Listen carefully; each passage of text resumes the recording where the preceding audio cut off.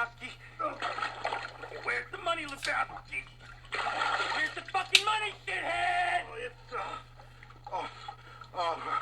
It's down there somewhere. Let me take another look. Stay the fuck out of Malibu, deadbeat. Welcome to another amazing edition of the Good Talk podcast. We are really excited to be here tonight. We have brought with us our first guest. This is teacher, I like to say educator, I guess, rather. Educator, geologist, and aspiring astronomer James Owens. Good to be back. And my bro to the end, my partner, Mr. Chris Robb. Hello, hello. So we are here tonight, and first and foremost, thank you everybody for listening. We love you for being here. Feel free to interact with us at any time on our Facebook. That's the Good Talk podcast on Facebook. We are on Twitter at the Good Talk 5. And you can also find us on YouTube and iTunes. On iTunes, we are one word. That's the Good Talk. So please check us out, review us, share us. It all helps a great deal. We're so excited to be connecting with everybody out there in the world. Tonight, we're going to do things a little differently because you just never know what you're going to get here at the Good Talk. So we have already diced up James's soul one time with a Good Talk 5. How'd you like that last one, James? I thought it was awesome, and I cannot wait to get back into it. It took me 3 days to clean up the mess afterward. Like, I hope that afterwards those questions kind of still echoed with you a little bit. Like, did you second guess, like, God, man, would I really give up tacos for wings? You know, like, did you ask yourself that in the following days or no? Definitely philosophically the deepest question we asked that night. And I ponder it every single day. Who doesn't? No, I do too. It's always there with me. Some people think about whether or not, they lock their keys in their car when they're sleeping at night. I think, fuck, tacos or wings. Like, is that really the right answer? What happens to me tomorrow? Is that, if I choose tacos, do I have to give up chicken nuggets too? Well, I think ultimately you have to be open up to interpretation of what new technology can be brought to the food industry. Taco technology is very important. It is, and I think the taco can still go many ways, whereas the wing we just don't know. Is this the end of the road? Is that a question we need to be asking right now? We are in the midst of a taco renaissance, and we need to appreciate that. Some folks are definitely underestimating taco technology out there in the world, and I'm not one of them, sir. Although I did choose wings as well. I mean, fuck. Who would you say the greatest innovator of taco technology is? Oh, man, some sweet-ass restaurant. It's the taco truck, right? This is a taco truck. The taco truck. I might be the wrong guy to ask because I'm from fucking North Dakota. Exactly. Like, my opinion on tacos is probably really stupid and shitty compared to any well-cultured person who's spent time living in a city with great restaurants. Exactly. That's a very fair point. Taco technology is a collective effort, and I think we're all reaping the benefits right now. This is a multinational collaboration of... You're right. That is fucking incredible. So instead of a Good Talk 5 tonight, we want to really sort of tap into certain realms of James's consciousness, and Rub has a fucking phenomenal question, and it's one that tonight, we've got James on tonight. We'll be uploading this, and then we have an episode coming up with Turdman, and you guys will get that one, and then we'll have a third episode that will be just Rub and I. It was our Blizzard Cast follow-up episode, and I think it was by far our best duo and partner work, and this is a question we're going to revisit, but as soon as it came up, I thought of James, and as well as my friend Lauren Peterson, who is also an educator. She's awesome. You may know her. I don't know. But, Rub, lay it on us. It's a Good Talk 1 tonight. A Good Talk 1. The question that I'd like to ask you, when we're talking about gaining new knowledge for yourself, it's basically a question of flavor, really. How would you prefer to take it? Would you prefer exploration or education? Do you prefer to come across truth and knowledge on your own accord, or do you prefer to take the word and advice of professionals that came before you? I don't think it's an absolute question. Not at all. I think it's a mix of both. For instance, I'm an educator that does not give my kids homework. And there's many reasons for that. Exploratory learning is a very real phenomenon that needs to be explored. And you cannot cast out those who are before you, because the educators that you see and you hear from are the ones who inspire you to explore.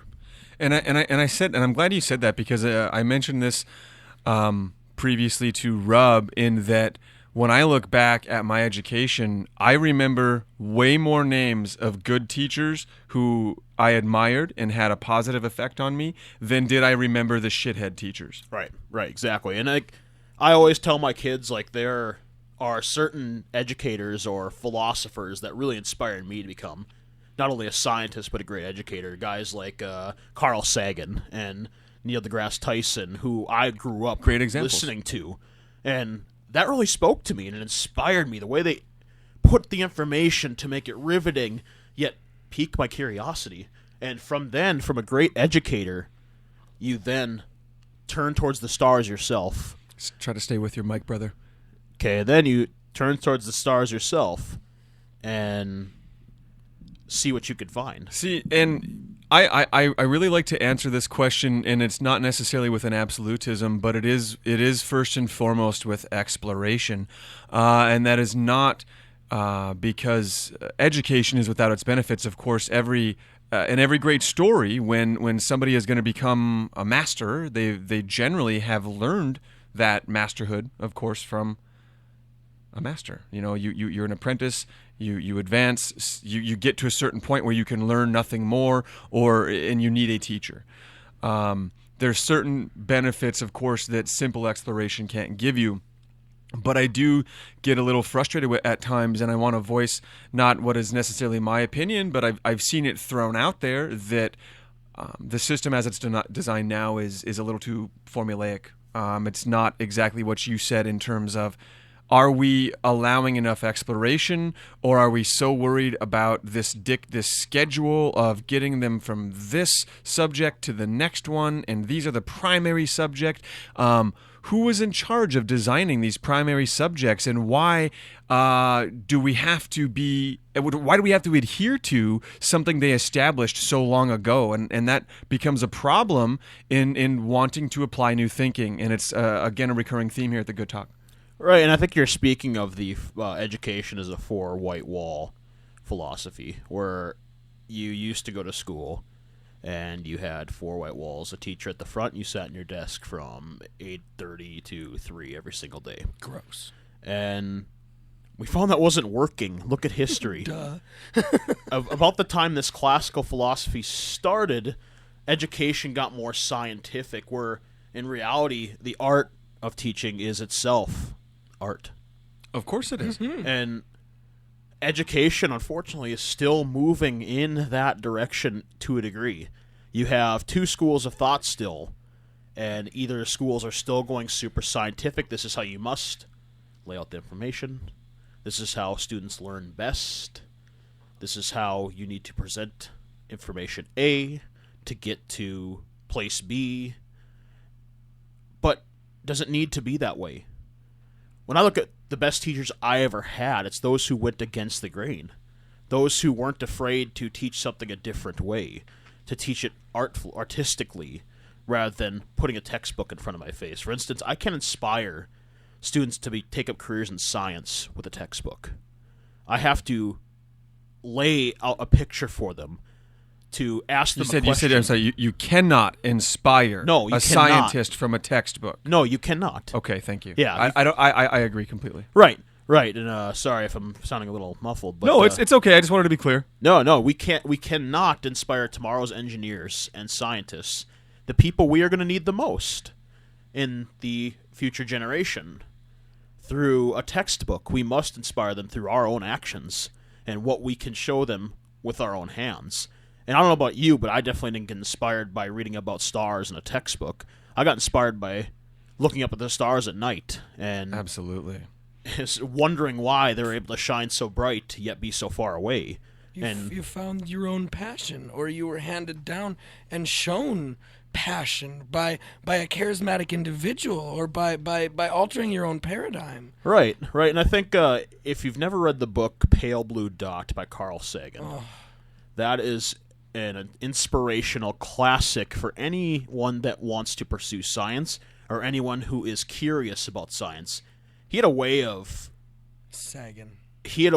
displaying elegant thoughts about the universe and our insignificant role among the universe, just so artistically. And it's exactly how I want to teach. How elegantly he made it, how elegant he made it sound, how seamless he made it sound, how he, delivered information. And I just don't think you can do that scientifically. To this day, just the sound of Sagan's voice, or hearing even just a sentence or two from that first Cosmos series from, what was it, back in the 80s or whenever it was, it instantly puts me into a state of mind where I become that sponge again, where I'm so ready to absorb anything. I'm ready for you. Bring it in. Right, and NGT was good in the new Cosmos, Absolutely. but you can't beat the original Sagan interpretation. Nope. Where he, again, Pale Blue Dot by Carl Sagan. If you are into science, if you are curious to see where we fit in the universe, that is what you need to read. Mm-hmm. No, that sounds really phenomenal. And the problems that I sort of identify with, as education is such heavy emphasis on testing. Of course, some of our, again, greatest minds or greatest talents were not defined by these tests. These tests are not proof of who you are or of what you are, not as a whole. Yet we structure them to define the future of a lot of these children and the opportunities they may have going forward.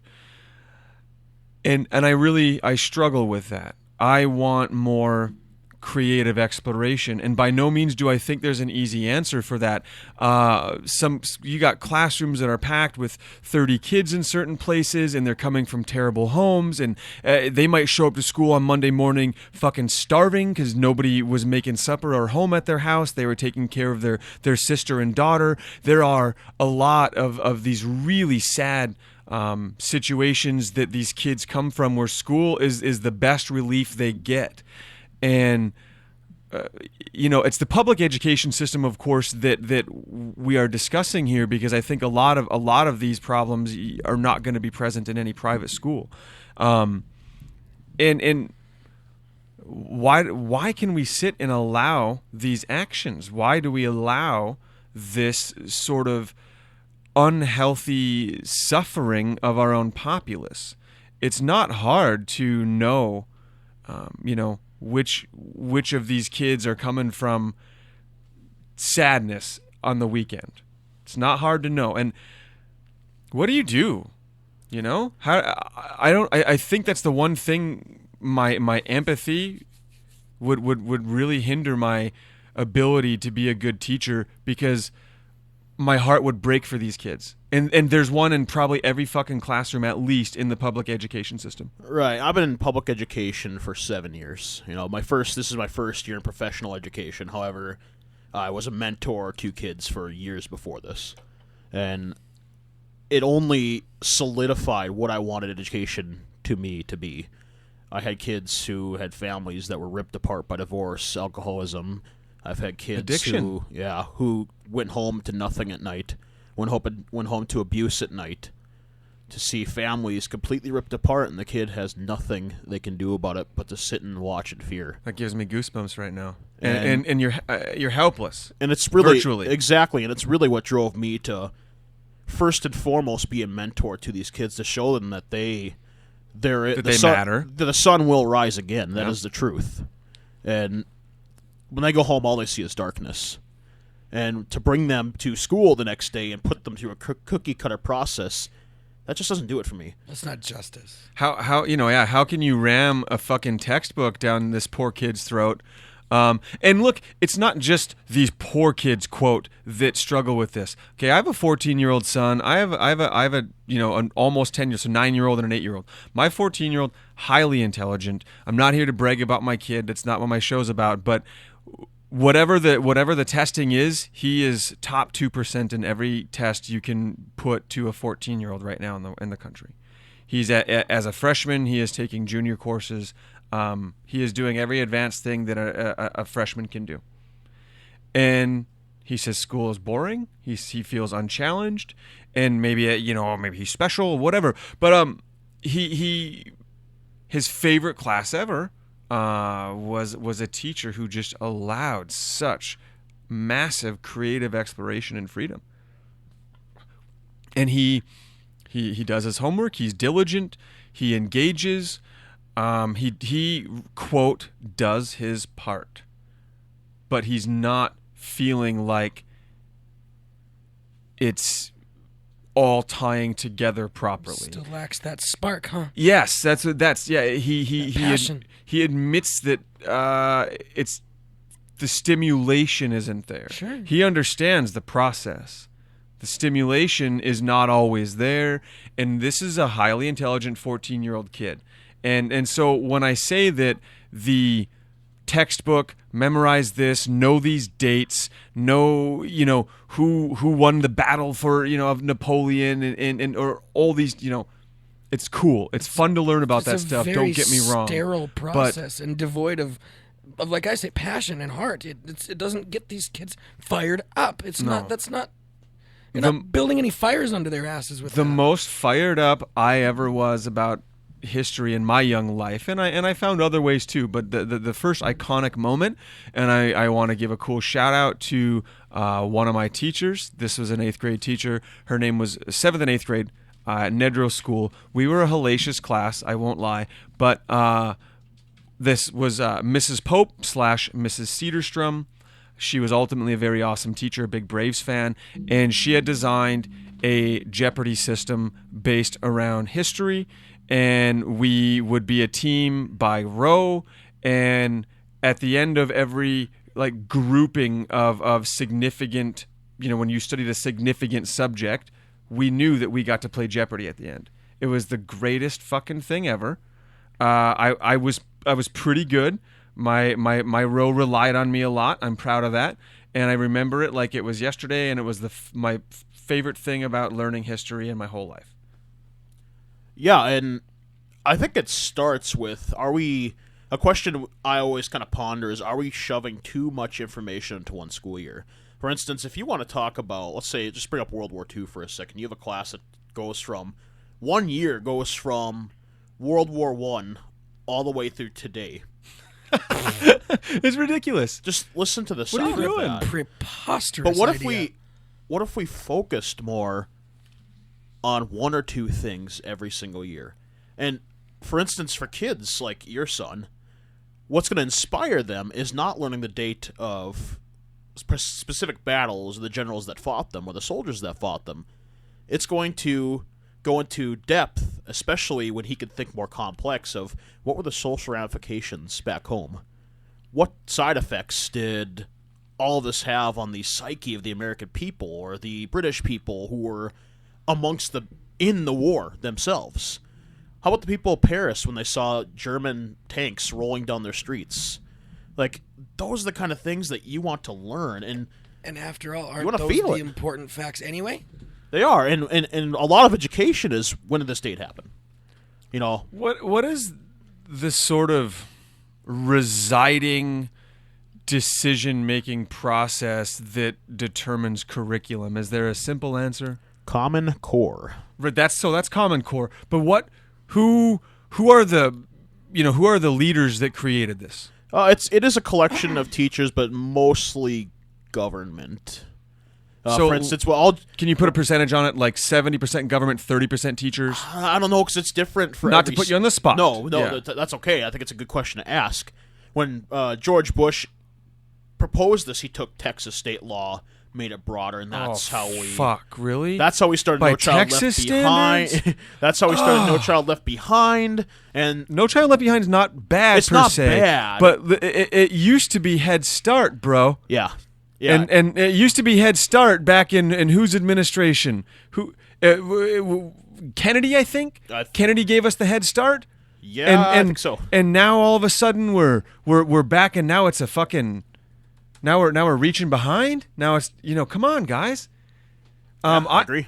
I'm a Head Start parent. My children have benefited from that. I think it was a great program.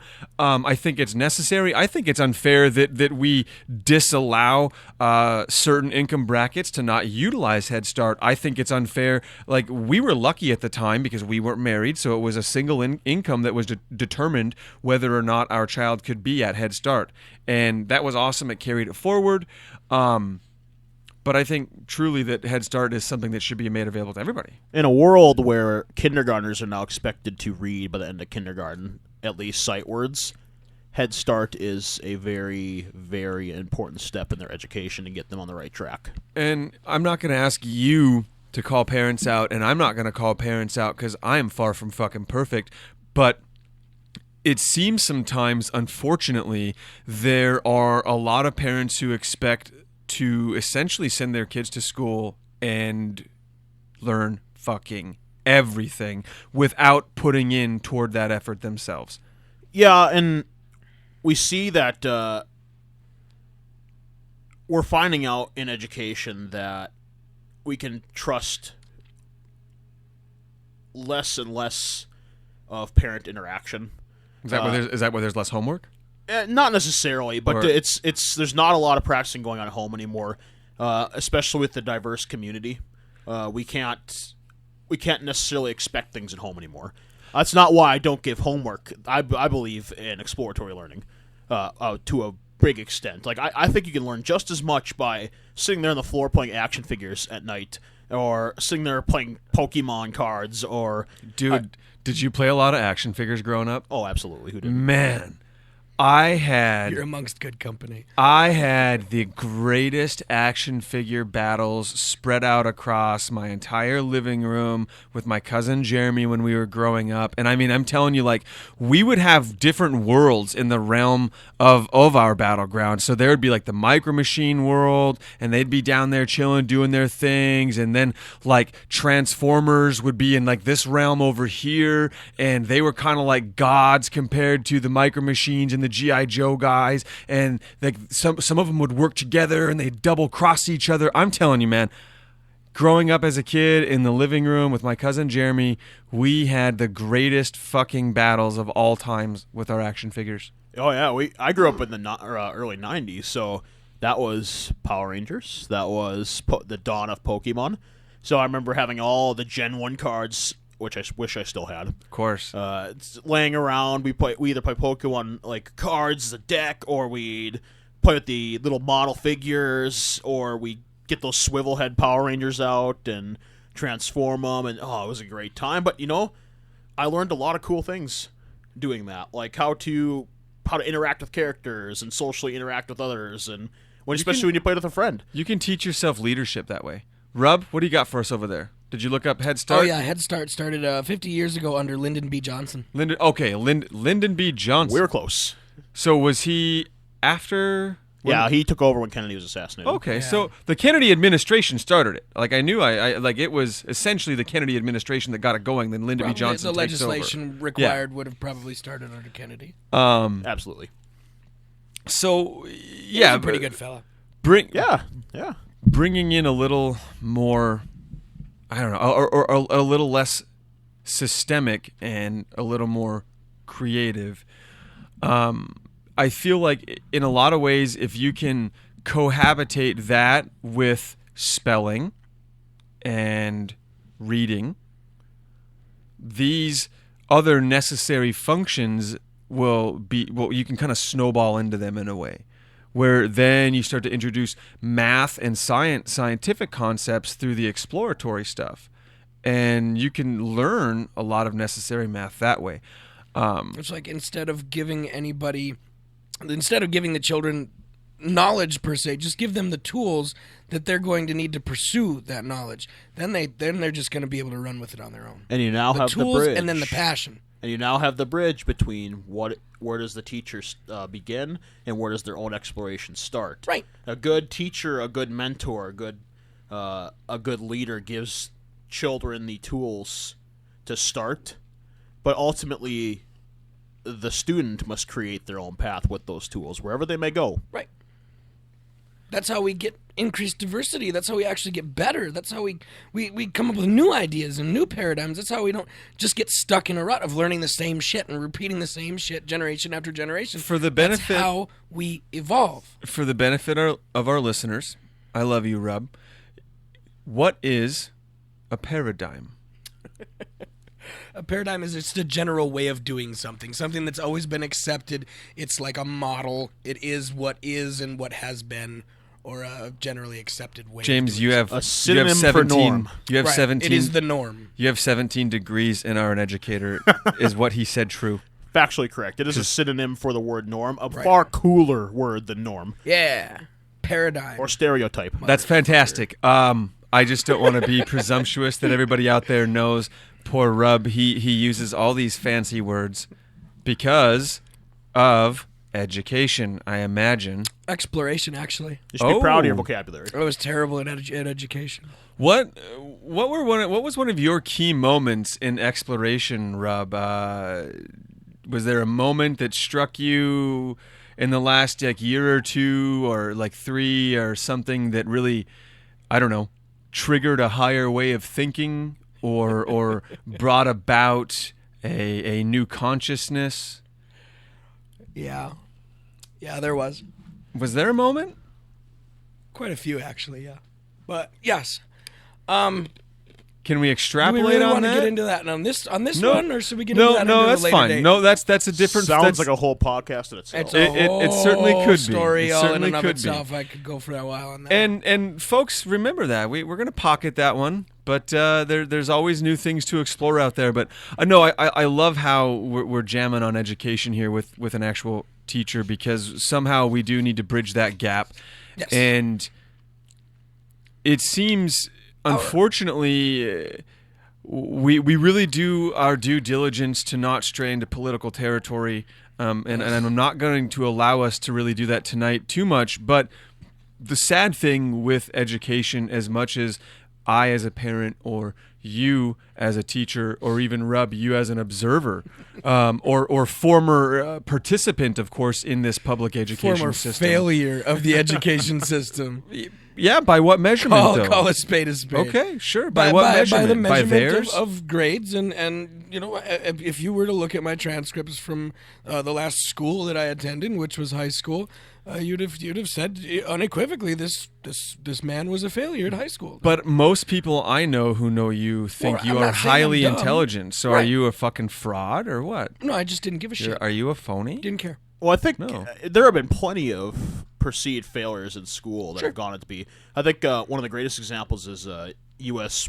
or even world chess champion Bobby Fischer struggled in school, partially because he didn't care, but it just goes to show that and then he beat. Just because he's good at chess doesn't make him smart, James. It makes him pretty brilliant. It kinda does, I don't know though. if you've ever played a chess master before, but they are. If you can predict 15 moves into the future, you got my stamp of Turns approval out it's for a being really genius. good indicator of overall intelligence.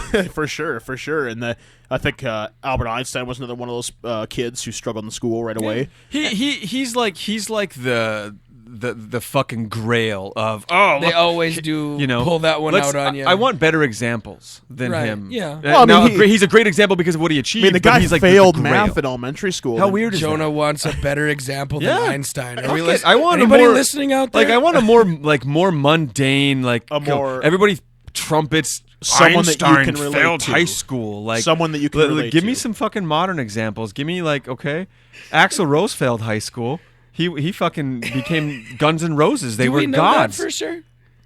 Probably. We might have to Google I'm assuming. that one. I mean, I can't God. imagine. I bet he was You on don't- the honor society. You don't write Mr. Brownstone. Yeah, he's in the honor society. You don't write Mr. Brownstone because you graduated high school. I'm looking it up. How do you think Bob Dylan did in high school?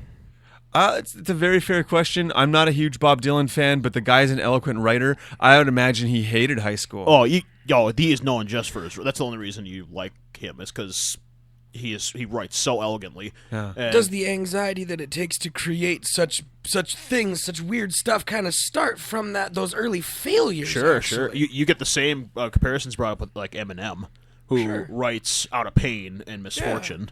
Yeah. Did Eminem graduate? Good question. I think we got to Google. Google let's over here. find some of Google these out. machine Like is smoking over here. Because the reason I say Einstein's not a good example because being Einstein is pretty fucking unattainable. Oh, absolutely. Okay, Yep. but there's going to be another Eminem. There's going to be another Axl Rose. There's going to be another. You can go down a long list, and not that these stars are the best example. But I promise you, there are some modern guys that probably didn't graduate high school who have went on to achieve great things in any various realms of scientific discovery. Sure, and there's a reason why they're so charismatic. I mean, I would look at it this way. Axl Rose and Eminem and Bob Dylan are once in a generation, and Albert Einstein is once in a lifetime. Oh, yeah. Yeah, So, exactly. yeah. Great statement, James. Fuck yeah, man. Yes. You don't got. That's why There's the difference. We don't have a dozen Carl Sagans. No. We don't have a dozen Neil deGrasse Tysons. If only. If only. If only we did. But maybe with the change of the education system to Let's not better say- inspire, we can create once in a generation kids that used to be once in a lifetime. How many kids were stifled in school that are absolutely brilliant? We have one with us. We have one with us. I wasn't stifled. I just didn't give a shit. Well, Okay, but why whatever. didn't you? Why didn't you? Because I don't know. Because you were a because dumb you weren't little inspired. prick. I will take onus You were not and say inspired. that I lack discipline and that I could have paid more attention. I could have worked harder and all that other shit. Nobody's asking you to blame someone No, else no. for it. But Well, if I you won't. were, I Yeah. refuse to. Okay, I no, refuse yeah, to. I don't want you to. I just want to explore. but if Why? you were inspired, would all of those things have changed? Absolutely. Exactly. So we need So these educators. How do to- we go back and find a way to inspire the you? That's what that's when I think about these subjects, that's precisely bullseye of what I'm trying to come up with. That's the truth that I want to flower in front of me so that I can maybe dig in there and share with the world maybe an idea I came up with. Sure, and it's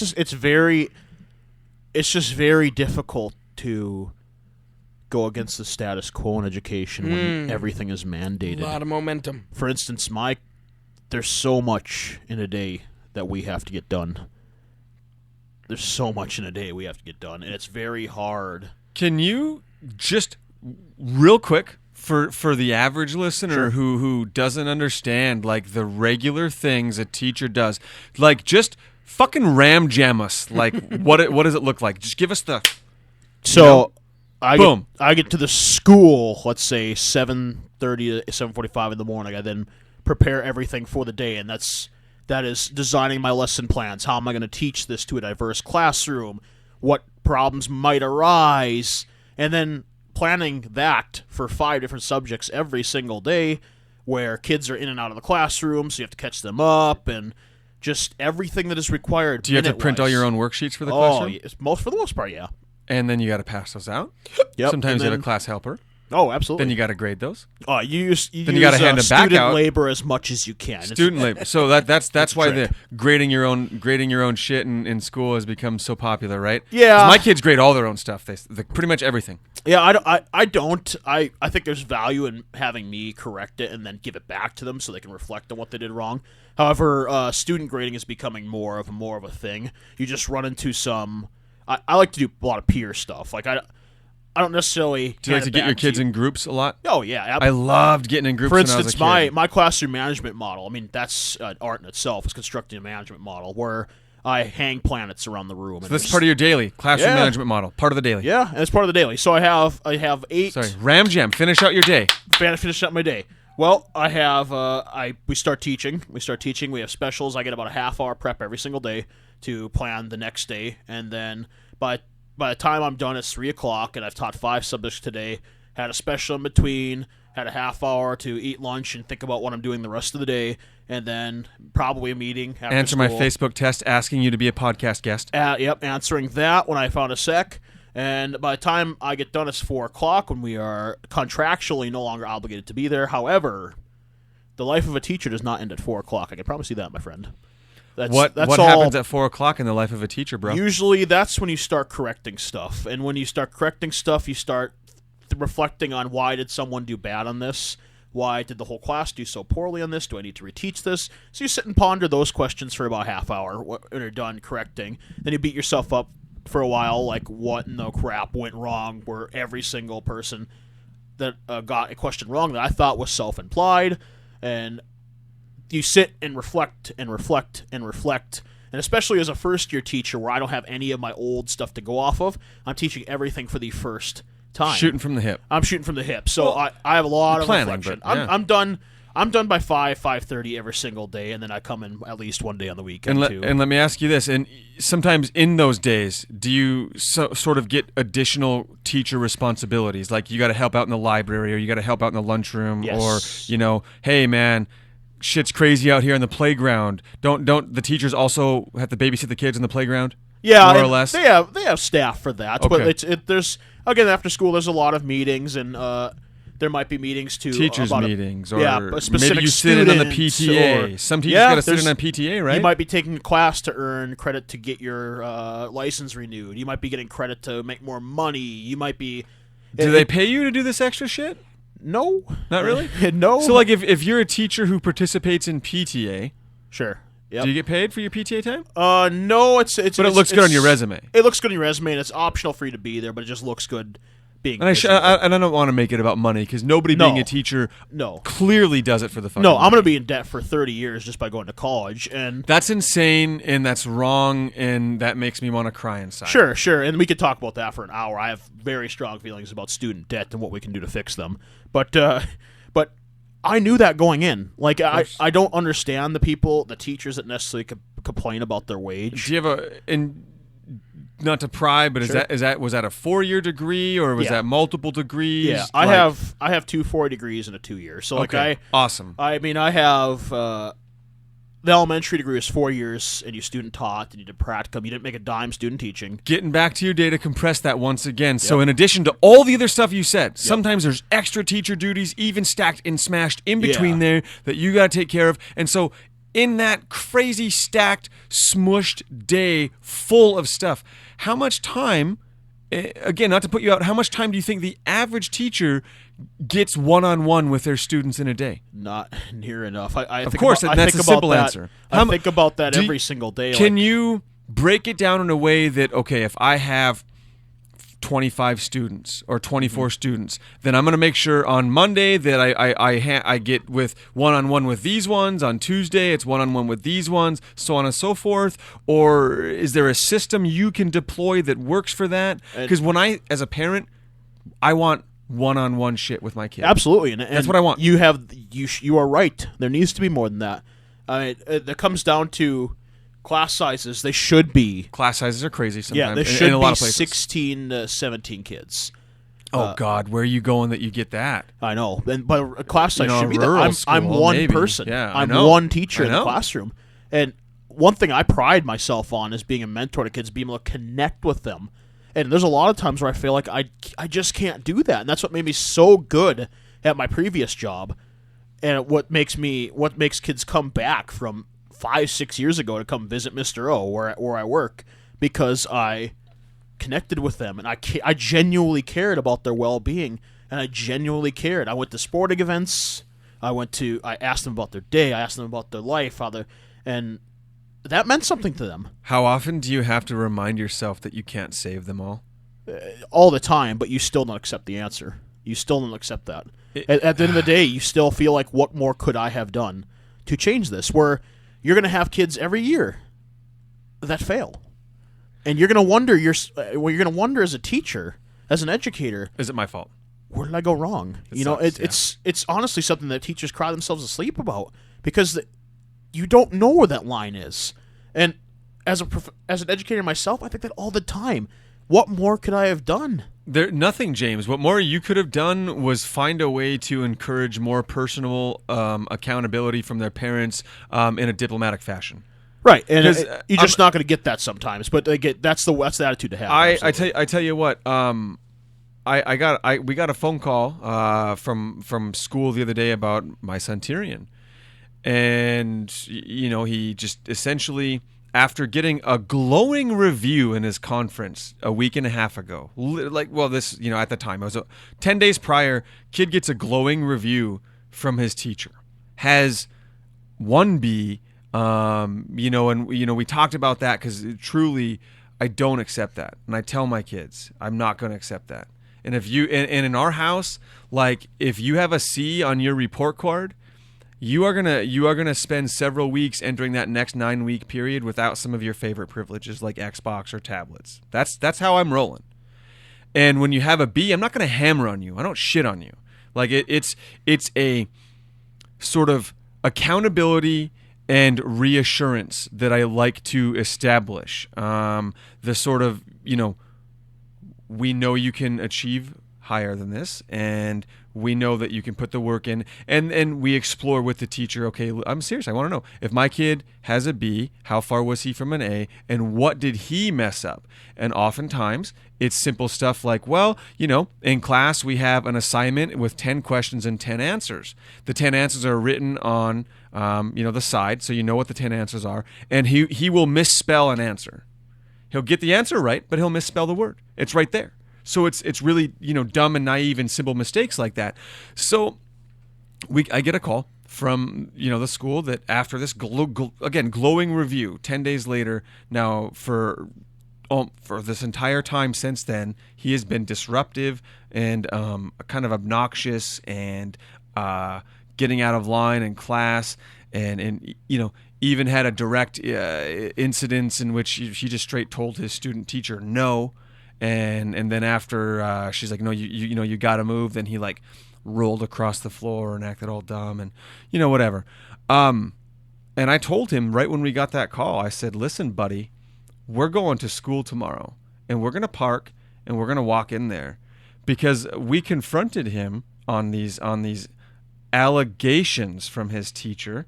And he denied all of them except for the student teacher one. He's like, I haven't been bad in class, and it's my friends, and they're the ones who've been doing it. And we said, okay, right now you have the benefit of the doubt. We're rolling in there tomorrow. We're going to talk to Mrs. D, and we're going to figure this out. And so we get in there, and Mrs. D is very surprised to see me. Here I am with my kid. And I said, yeah, Mrs. D, I just kind of wanted to evaluate the phone call from you yesterday. We have Mr. Tyrion here telling everybody that it's his friends. He told us it's his friends getting out of line and that he's not really responsible for some of these actions that have been on the line today. And, what can you tell me about that? Of course, Mrs. D explains to me that Tyrion's full of shit. In a nutshell, like straight up. Yeah, she's, and... you could tell as he melted in my presence and hers that he knew he was full of shit. It was at that point Tyrion knew he fucked up. And, Tyrion got kind of emotional. He had a little bit of tears. And what we did there, and I really took a moment to point out to him in this moment that, Tyrion, we are not here to say that you're a bad guy. Like, we're here because you can do better than this, and you have to understand that this is obviously not acceptable. And I asked him, I was like, so do you think you owe anybody in this room an apology? I asked him, and he shook his head yes. And I said, who do you owe an apology to? He said, Mrs. D. And I said, and who else? And I unfortunately, I'm sorry, I forgot the student teacher's name. Star Trek red shirt lady. Whatever. I'm just kidding. She's probably awesome. But I made him apologize to both of them, and I made him agree right then and there that he's not going to give them any more bullshit. And that's, guys, I'm not a perfect fucking parent, but if your kid's being an asshole at school, that's what you fucking do. You make them face it.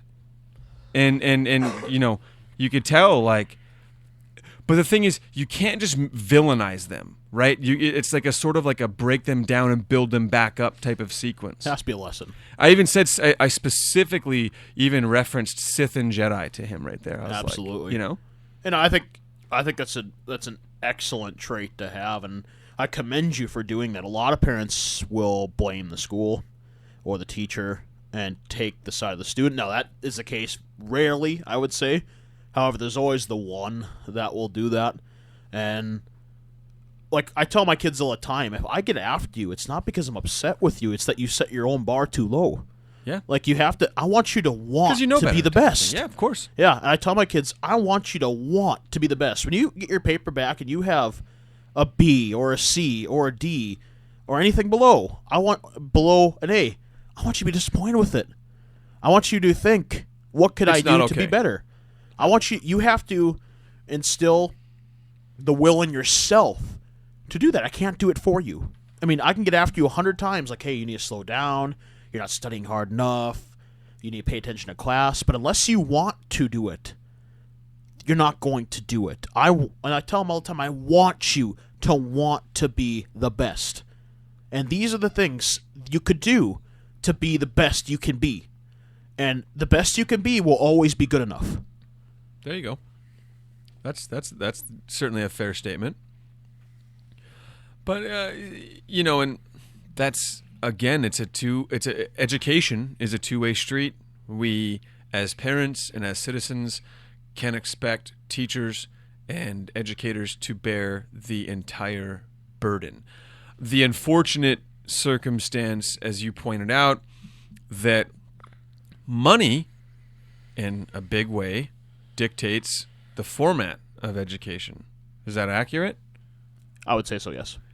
And unfortunately, the money dictating the format of this education is not controlled by all the most intelligent people in our country. Yep. That's a problem. Or even ones who are in any way actually involved in the education process. Yeah, I do not want to be political here. However, we just saw that example in and I fully support the president-elect because I want to see the country do well. Right. So, keep that in mind, and no one listening should overreact to what I'm about to say. But the nomination for Secretary of Education was a slap in the face to education. Not a good one. It took years of what we saw as artistic research and has now put it back into the classical cookie cutter charter school, putting money into education and making it a business. Right. It's completely backwards from how everyone else in the world that's successful does it. Right. And why is it such a bad thing to learn from Europe, who is doing leaps and bounds better than us? Yep. Why are they doing so? They use exploratory learning. Right. Why is Finland so far ahead of us? Because they don't care about standardized tests. Yeah. They care about Individualized. They care about individualized instruction using exploration. Sure. The instructors, who are highly, highly qualified and are given support to be highly qualified, give students the tools needed to succeed and to carve out their own path. I wonder often whether anyone is ever truly listening when they hear people talk about things like education and the way that we present it in America. Because you'll hear someone talk, and these generally will be people in charge, secretaries of education, things of this nature. They'll say two things back to back a lot, and I've completely lost what those two things are. And I apologize to everybody; they're gone. No big deal. Yeah, The delivery was great. it was good. It was just leading up to something I completely lost my train of thought. That's She good. Happens gone. to everybody. I abandoned these guys for a piss break, everybody. Yeah, you could have been there to save that bit, and you just What did I already miss? found.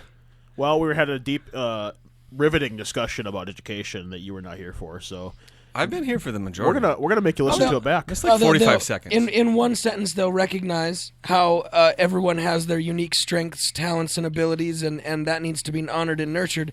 And in the next, pay homage to the idea of standardized testing and regimented cookie-cutter type approach to education. Or they will advocate that in forms of legislation and curriculum design to, again, just bolster that everyone seems to be the same and needs to know the same information, regurgitate it back at me, and then you'll pass this test. Yep. Right after giving homage to, everyone's different and has their own unique special skills, and that's what makes America great. Fuck you.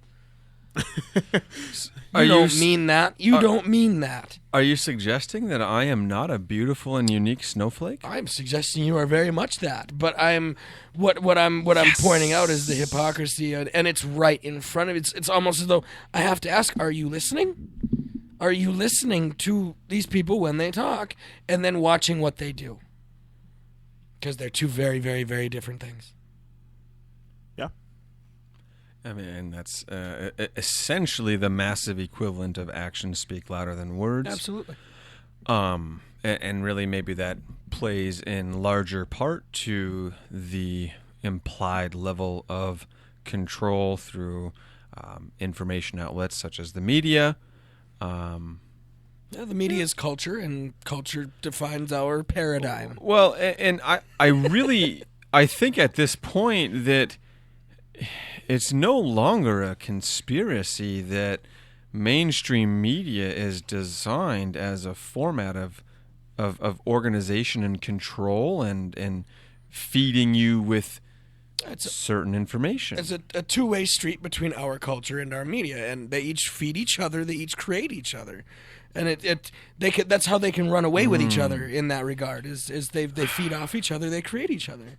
Culture creates media. Media creates culture. At least as far as I can see it. I could be wrong. Yeah, media feeds off what they perceive the culture to want. I think the crystal clear example of this is the uprising of what's her name, Tommy Lauren. Have you heard of her? She's fucking. But she speaks to awful. what the perception is of so many things. Yeah, of course. Claims she's not mainstream media, but works for Fox News. Fox News. So I thought that was a great interview last night by Trevor Noah with her. I saw the first couple minutes of it, and then It's very good. It's very good. It overall apparently was like a 26-minute It was interview. really long. It was And, long, yeah. Well, what was the only show? In the show it was only 3.5 or 5 or 6 minutes, but you didn't get the entire 26, and you can watch it at a certain link. But no, I guess I have a rather evil perception of what is now mainstream media. Mm-hmm. Excuse me, holy. But I do. I really believe that journalism is absent in its purest form in many of the prevailing followed media outlets. Just talking points and reestablishing this narrative that whichever news outlet happens to be behind, whichever channel you're tuning into, it's just placating you. Like, I want to be this type of person and be in this group, so I'm therefore going to watch this channel, and they're going to push the narrative that I already bought into anyways. Where's the news? The news should be just tell me the information. Don't tell me how to think about the information. Tell me the information and allow me to think about how I want to think about the information. Yeah, we touched upon this last time I was here, where we talked about how Vice was really the first real breath of fresh air in the internet journalism. age. Mm-hmm. Vice is pretty good. In the social media internet in the prevailing and what do you guys consider, like, I guess for me the internet age probably began in about 96, 95, 96 was when, like, I got a computer in my house. We had dial-up. It was fucking sweet. Like, there was no social media, essentially. But, like, Vice, to me, is in this era of information, and I would begin that in the social media era, which is probably circa 2006, maybe MySpace and Facebook and Twitter essentially moving forward. That was the dawn of the information. I mean, guys, YouTube wasn't there in high school. It wasn't there even 15 years ago in the form that it exists in now. And now more people use YouTube than fucking cable TV. It's crazy. Yeah, we're really seeing the shift from, and it's the way it's going. Cable TV has its days numbered. Absolutely, it does. What's scary about that, and this was frightening. Maybe you guys seen the article that circulated recently, where they tested a group of youths, teenagers, and they could not tell you which news was fake or real. Yeah, and we're seeing a big uprising in how to combat fake news, but it's hard. Just look at the memes being circulated. People will believe anything presented to them on a meme. Oh yeah. And that this past election was exhibit A of this, where I see every day I rolled my eyes or shook my head like, I cannot believe this person actually buys into that. Where did independent research go? Like, why are you not questioning this? And I think, but it's so much easier to champion your cause because it fits your narrative. Yeah, I mean, You want to believe it. It's not just that it's so easy. Yeah. You actually want to. A good student, a good person that wants to learn, an open-minded person questions everything. That is a part of, really a big part of what we do is apply new thinking. We want to find old problems and encourage new ways to solve them, or even just encourage new ways to think about them, come at them from a different angle. We don't. I'm not saying we know what a better way is, but I do know enough that we cannot solve existing problems that have been here for decades and decades with the same methodology of problem solving. Ask old questions in a new way. You don't have to come up with, you don't have to be the one that comes up with the new answer. Just root out old questions, ask them in a different way, shift your own perspectives or shift a cultural perspective, start to remove and add in different bits of that equation, and you'll start to see new truths emerge. Yeah, we don't have to reinvent the wheel of journalism. No. Well, it's always been there. And coming back to, of course, the decision-making process in public education, it sort of terrifies me that, in my mind, in a perfect world, you've got 24 of the most intelligent people in America. Maybe you take 4, or 6 from each given genre and realm of knowledge, whether it's science and space exploration, it's journalism and writing, it's critical thinking. Carry that out, and you've got 24 of the most especially intelligent people in the specific fields that come together and really, that is the type of panel in my mind as average Joe that should be in charge of facilitating what our education system is. You know what school that would create in the end? What would that have? Starfleet Academy. Fuck.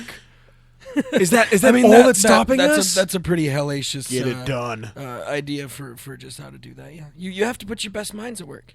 Yeah, and on if the scale is like a scale of sheer intelligence, IQ, logic, and wisdom and understanding, like right now there's too many cooks in the kitchen deciding that bullshit, and not only that. They're not really fucking cooks. They're fucking carpenters that lost their fucking job and are filling in.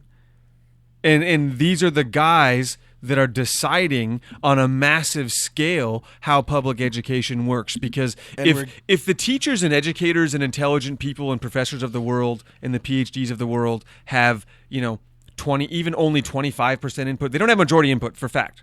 They do not have a majority input against what the government and the Congress and everybody else that is deciding it. And that's a fucking problem. Yeah, there's too many influences at play because remember, most of this is determined by state legislature. So there's too many influences on said state legislatures to have the education professionals have all the voice. The extraneous factors that go into policy are at play in every single... And that's sad, really. That politics dictates the progress of science and the progress of education. Not even politics, specifically bureaucracy. Yeah, I mean, we've seen this eliminate progress because of special interest. Well, and even to go further with that, not only do your states, your state legislature is deciding that, but they're also considering federal factors because there's federal funding that comes into play into the public education system in addition to state funding, right? Yeah. So, you've got a federal list of guidelines, you've got a state list of guidelines, unfortunately, you've got competing ideas within the state. If you've got, and just using round numbers, if you've got a state legislature with 60 people and, 22 of them think that we should build Starfleet Academy and 30 of them think that we should, make our kids do fucking push-ups and run obstacle courses every day. Walk uphill both ways to school. Right. And then, your remaining, 10 of them think that, we should just support Mother Earth and do the prevailing ideology is what is going to happen, not the uniform, most helpful or beneficial ideology, just my ideology and my group of friends that think this is the best way. It's not, it doesn't feel benevolent. Sure. There doesn't feel like there's a lot of benevolence in our education system, and I'm not saying from teachers, I'm saying from the design of the entire fucking thing. Yeah, It's control. Everybody's got to go to work every day, and you got to send your kids to school, and then they're formatting them in that, these textbook scenarios. Fuck, I don't know. It's all very frustrating. It is frustrating. It does need reform, but even at that rate, no matter how good we get, no matter how much change we ever apply, we should also remember never to stop looking for reform, particularly in education. We should always question it. We should always be thinking of ways to make it better, no matter how good it gets, no matter how bad it gets. Yeah, always could be better. We need to figure out one way to overhaul education and then tweak it along the way. One way education works is a sense of continuity, Of course. but don't rest on that. Tweak it along the way, but don't overhaul it every single time you don't think something's working. It needs to evolve along with the culture that it serves. Yes, it does, Yeah. and that can be done with little tweaks. Absolutely. It doesn't need to be one thing we're combating now, and it's the next administration's going to do the same, and they're going to completely overhaul what we have now. That's insane. And Like, you can't put us back to a place where we were struggling. You can't keep changing this shit around on people. Not like that. Not like that. Not on those fundamental levels. Not every 4 years, like a new idea comes through. Every time some new jackass is in office, we have to completely rethink everything. That's ridiculous. The problem is like, if you present and adhere to a system that is wrong, how long does it have to be wrong before it is accepted? How many, quote, millions of people will be fucked up by this wrong way before you can say, holy shit, guys, we did this wrong? Yeah, and you're not going to know. The problem with education is you make a change,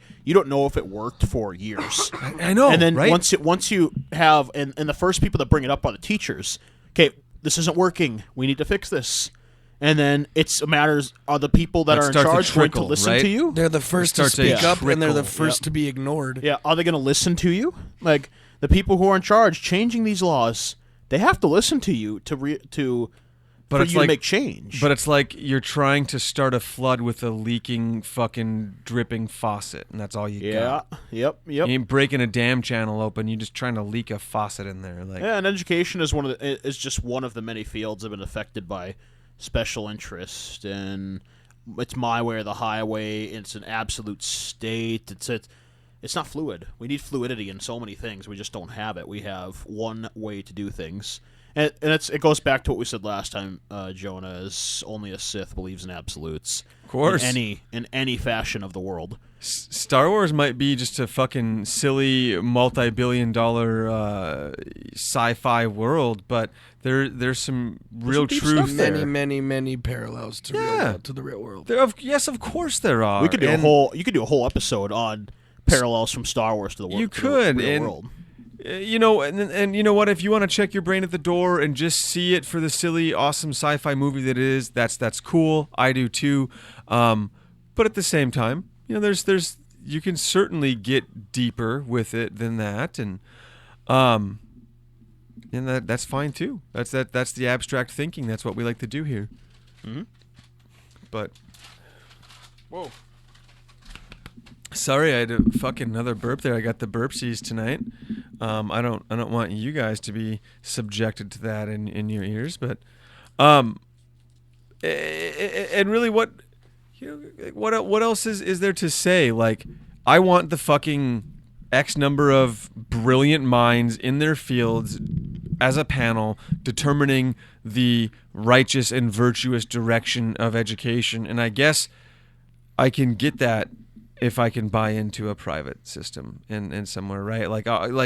And as much as we've sort of analyzed education here tonight, this all only applies to the public sector.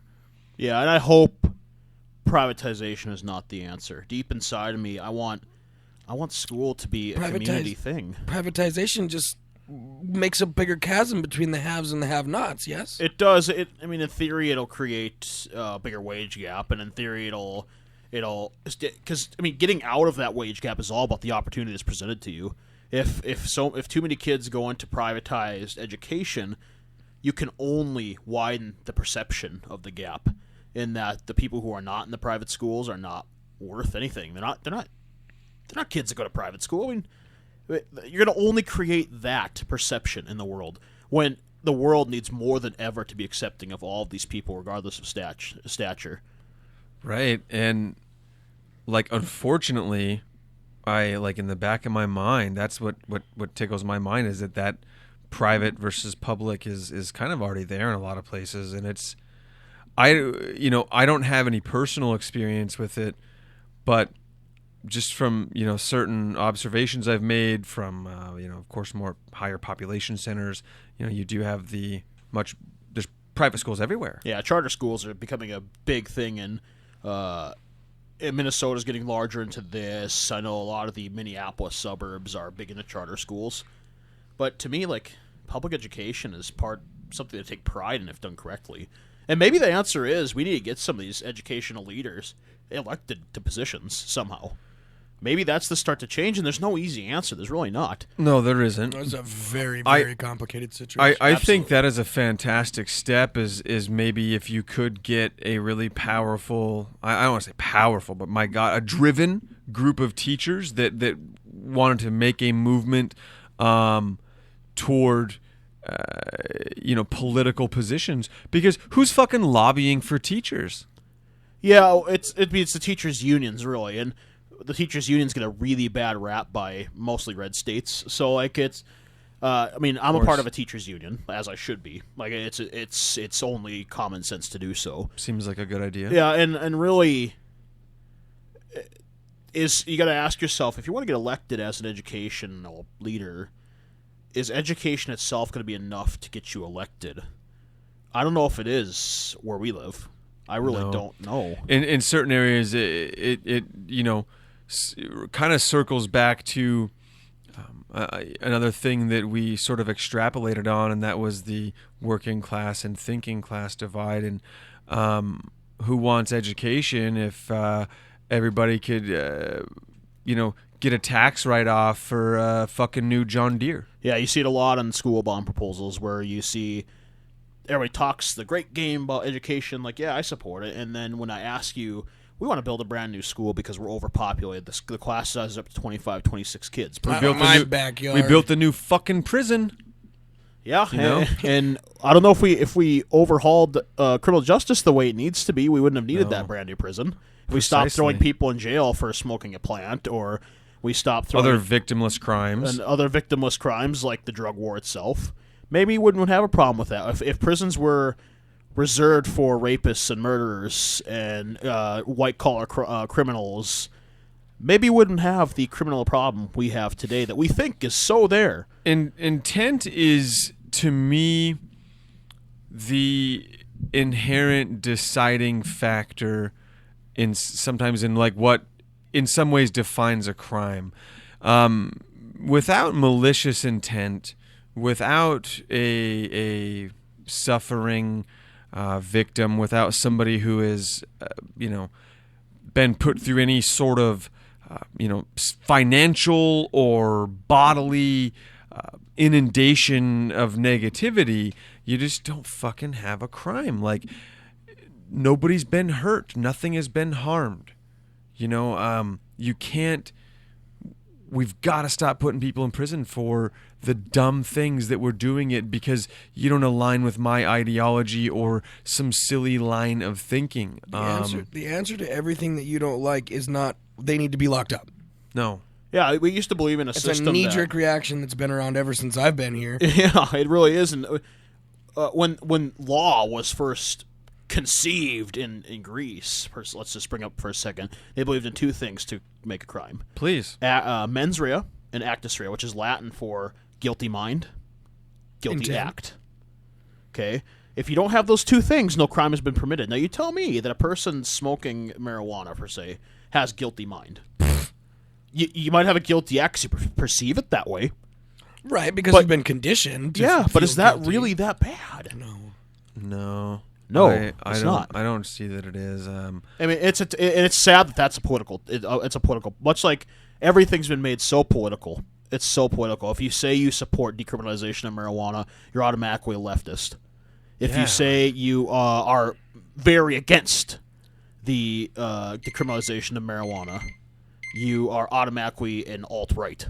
Okay, it doesn't have to be that way. No, it doesn't have to be that way. It really just has to be with a level of understanding and just trying to learn what information is out there.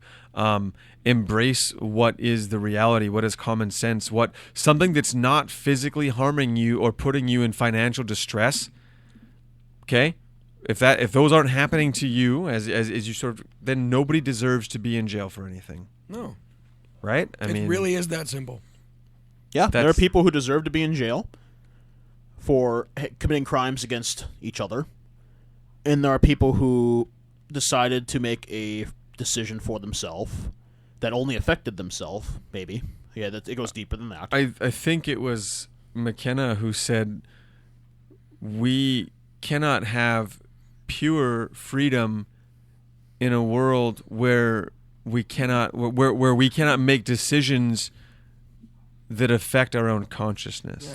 That is McKenna, yeah. And when I'm not free to make a sound decision regarding a method to alter my own consciousness, then that is not freedom. Because by doing so, I have not inhibited anybody else in this reality. Mm-hmm. Right. I'm not free to explore. It's a cool point. I like it. What good is life? Where's the freedom? I'm not free to explore, to learn, to grow, to evolve. You're gonna start telling me where my ability to become better and more complete ends. That's a problem. That's a big problem. Who is anyone to make that determination for you or I? Right? Me. You. Only me. Only you. Only me.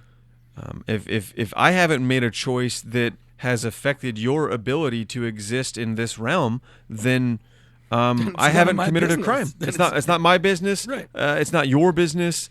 It is what it is. It is what it is. C'est la vie. C'est la vie, man. And really, my friends, I think that's been a good talk tonight, man. I fucking love having you on the podcast, James. That's all I can say. Yeah, I love being here. It's a great time. I'm always up for deep discussion, whether it be space, science, even dabble in politics once in a while, even though I'm not fond of it much anymore. We're going space and science next time, guys. Yeah. Enough of this. Dude, no, there was definitely this was points. Good. This was there good. was points tonight. I'm thinking we should just do this for 2 or 3 hours so we can get into space and science this time. But we're just getting to so much cool metaphysical stuff. No, it really, and I think the discussion on education tonight is really one that people need to hear. It needs to be had. It needs to be had. It needs to be approached. In some ways, it feels like something that's been addressed ad nauseum, and yet it's still something that begs further exploration, further understanding, and further communication. Further evolution. Because it is so pressing, and it desperately needs reform and help and change and growth. Our friends, our listeners, we love you. Please follow us on Twitter at The Good Talk 5.